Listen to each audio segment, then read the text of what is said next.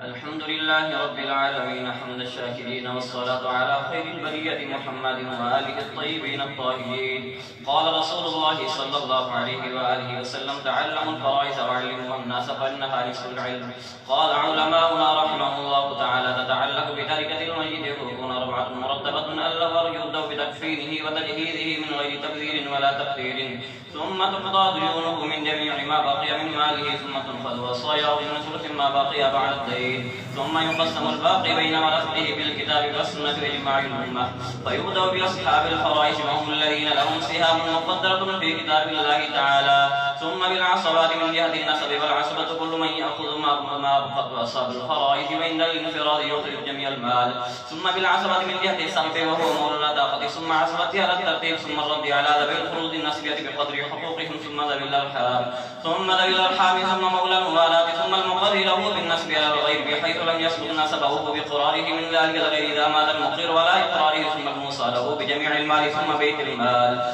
فصل في الموانع: المانع من الإرث 4 الرق وافرا كان أو ناقصا، والقدر الذي يتعلق به وجوب القصاص للكفارة، واختلاف الدين واختلاف الدارين، إما حقيقة كالحربي وسمي أو حكما كالمصمم وسمي بالحربيين من دار مختلفين، والدار إنما تختلف باختلاف المنع والمالك للنساء الاسمة فيما بينهم. باب معرفة الفروض ومستحقيها.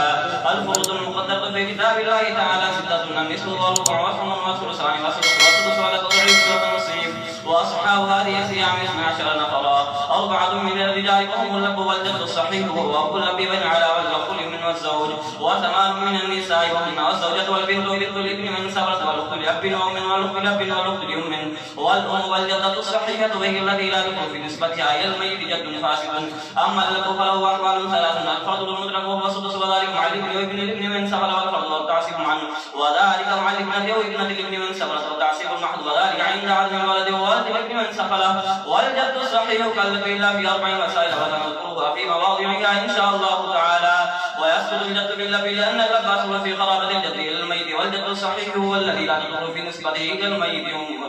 وأما لأولاد من فأحوال 3: السدس للواحد والثلث للاثنين فصاعدا، ذكورهم بيناتهم بالقسمة والاستحقاق سواء، ويسقطون بالولد وولد الابن من سفر بالأب والجد بالاتفاق. وأما للزوج فحالتان: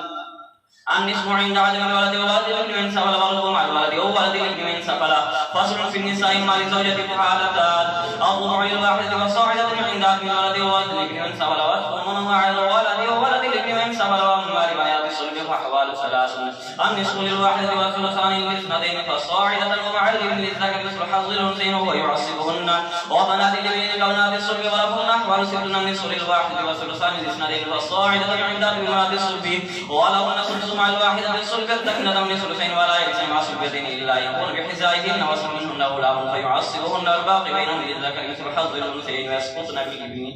ولو ترك 3 بنات ابن بعضهن أصل من بعض، و3 بنات ابن آخر بعضهن أصل من بعض، و3 بنات ابن آخر بعضهن أصل من بعض. بهذه الصورة العليا من الفريق الأول لا يوازيها أحد، والوسطى من الفريق الأول توازيها العليا من الفريق الثاني، والسفلى من الفريق الأول توازيها الوسطى من الفريق الثاني، والعليا من الفريق الثالث، والسفلى من الفريق الثاني توازيها الوسطى من الفريق الثالث، والسفلى من الفريق الثالث لا يوازيها أحد. إذا عرفت هذا فنقول للعليا من الفريق الأول النصف، وللوسطى من الفريق الأول مع من يوازيها سدس تكملة للثلثين. ولا جي للسفلى إلا يكون معهن غلام فيعصبهن من كان في حذائه ومن كان فوقه، وممن لم تكن ذات صاحب يسقط من دونه. وأما للأخوات لأب وأم فأحوال 5: النصف للواحدة والثلثان للاثنتين فصاعدة، ومع الأخ لأب وأم للذكر مثل حظ الأنثيين، يصيرن به عصبة للسوائم في القرابة للميت، ولهن الباقي مع البنات وبنات الابن، لقوله عليه الصلاة والسلام: اجعلوا الأخوات مع البنات عصبة، والأخوات لأب كالأخوات لأب وأم، ولهن أحوال 7: النصف للواحدة والثلثان للاثنتين فصاعدة عند عدم الأخوات لأب وأم، ولهن سدس مع الأخت لأب وأم تكملة للثلثين. ولا يجوز مع الأخت لأب وأم إلا يكون معهن أخ لأب فيعصبهن، والباقي بينهم للذكر مثل حظ الأنثيين. والسادسة: يسن عصبة مع البنات وبنات الابن ما سكن، وابن الأعلام واللالات كلهم يسقطون بالابن وابن الابن من سفل، وبالأب بالاتفاق وبالجد النبي حنيفة رحمه الله تعالى. ويسقط على رضا بالأخيل ابن أم وبالأخت ابن أم إذا صارت عصبة. وأما الابن فأحوال ثلاث: السدس مع الولد وولد من سفر أو مع الاثنين من الإخوة والأخوات والصاعدا من أيديهم كان، وثلث الكل عند هؤلاء المذكورين، وثلث ما بقي بعد فرد أحد الزوجين، وذلك في مسألتين: الزوجين وأبوين والزوجتين وأبوين ولو كان مكان الأب جد فللأم ثلث جميع المال. النبي صلى الله رحمه الله تعالى فإن لا ثلث الباقي. وللجدة سدس من كانت ولد واحدة كانت أكثر إذا كنا ثابتات متحاسيات في الدرجة يسكن كلهن بالأم والأب بيضيضا، والأب بيضيضا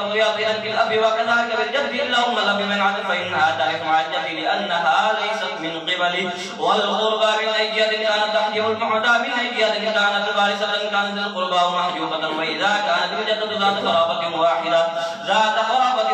كأم أم الأب والأخرى ذات قرابتين وأخرى كأم الأم وهي أيضا أم بالأب بهذه الصورة يقسم السدس بينهما عند النبي صلى الله رحمه الله تعالى نسابا باعتبار الأبدان، وعند محمد رحمه الله تعالى ثلاثا باعتبار الجهاد. باب العصبات. العصبات بنفسها ثلاثة: عصبة بنفسه وعصبة بغيره وعصبة مع غيره. أما العصبة بنفسه فكل ذكر لا تدخل في نسبته للميت أنثى، وهم أربعة أصناف: جزء الميت وأصله وجزء أبيه وجزء جده الأقرب فالأقرب يرجعون بقرب الدرجة يعني أولاهم الميراث. جزء الميت يلبنون ثم بنوه من سبلوا ثم الأب ثم الجد لا يلبن بمن على ثم جزء أبيه يلبن ثم بنوه من سبلوا ثم أصله يلبن ثم الجد لا يلبن بمن على ثم جزء أبيه يلبن ثم بنوه من سبلوا ثم جزء جده الأعمام ثم بنوه من سبلوا ثم يرجعون بقوة القرابة يعني به أن القرابة أولى من ذي قرابة واحدة.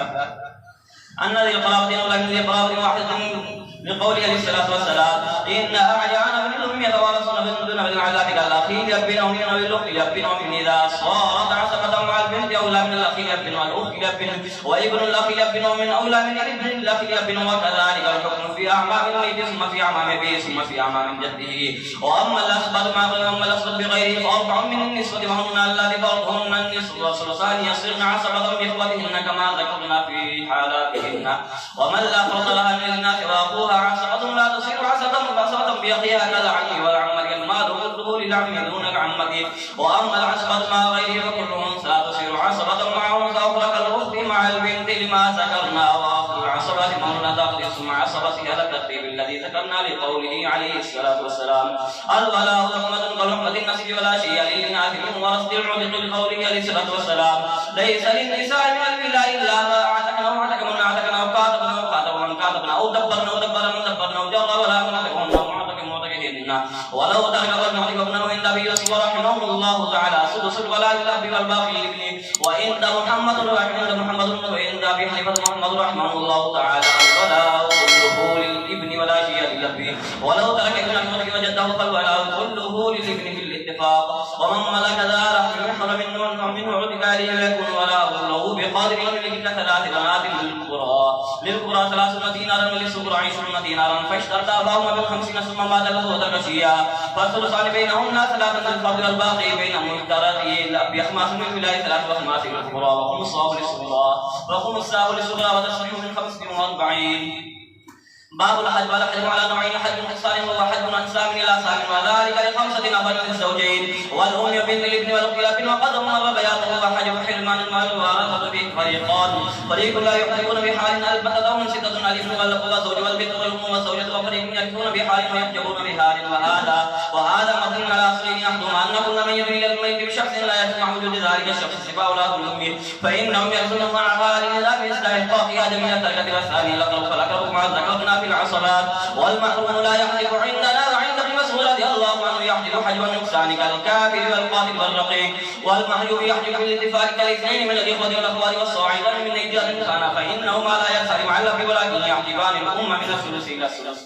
باب مخارج الفروض. يعلم ان الفروض المذكوره في كتاب الله نوعان: الاول والنصف والربع والثمن والثاني والثلثان والثلث والسدس والتضعيف والتنصيف. فاذا جاء في المسائل من هذه الفروض وحاد فمخرج كل فرد سميه الا النصف وهو من 2 كالربع من 4 والثمن من 8 والثلث من ثلاثة فإذا جاء مثنى وثلاثة وهما من نوع واحد فكل عدد يكون مخرجا من جزء فذلك العدد أيضا يكون مخرجا من جزء فذلك العدد يكون مخرجا من ضعف ذلك الجزء ولضعف ضعفه كالستة هي مخرج من السدس ولضعف ضعفه وإذا اختلت النصف من الأول بكل ثاني وببعضه فهو من 6 وإذا اختلت الربع بكل ثاني وببعضه فهو من 12 وإذا اختلت الثمن بكل ثاني وببعضه فهو من 24.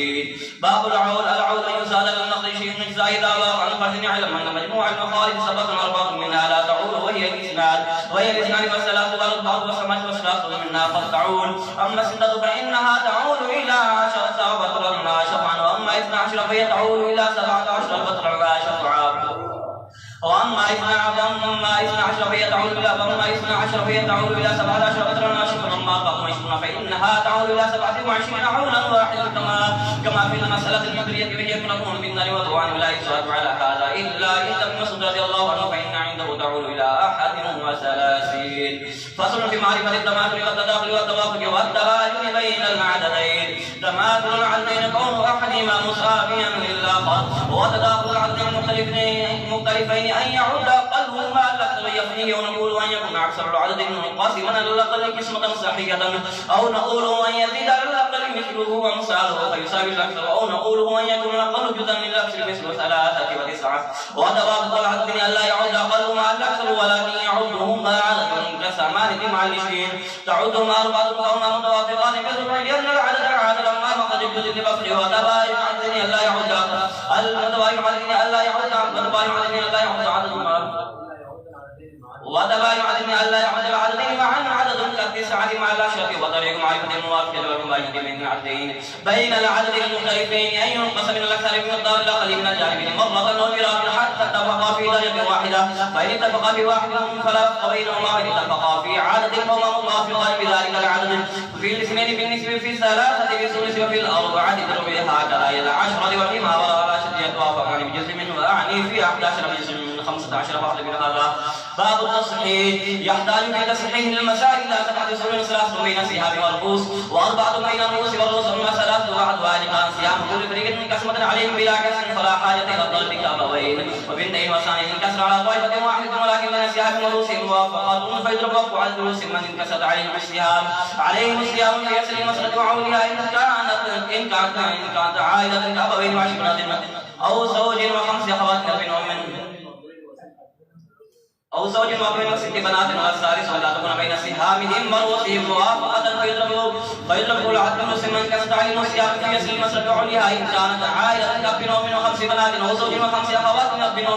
وأما الأربعة فأحدها أن يكون كسر طائفتين وأكثر لكن بين أعداد رؤوسهم ما تكون في يضرب أحد الأعداد في يسر المسألة مثل 4 زوجات مثل 6 بنات و3 جدات و3 أعمام والثاني يكون بعض الأعداد قد داخل في بعض فرق في يضرب أكثر الأعداد في يسر المسألة مثل 4 زوجات و3 جدات و12 أمام والثالث من يوافق بعض الأعداد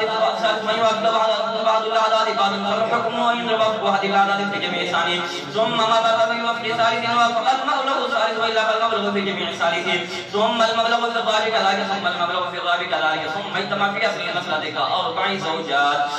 زوجات و18 بنتا و15 جدة و6 أعمام والرابع أن تكون الأعداد متباينة لا يوافق بعضها بعضا في يضرب أحد الأعداد في جميع ثاني ثم ما بلغ في جميع ثالث ثم ما بلغ في جميع الرابع ثم اجتمع في أصل المسألة كامرأتين و6 جدات و10 بنات و7 أعمام وما توفيق إلا بالله.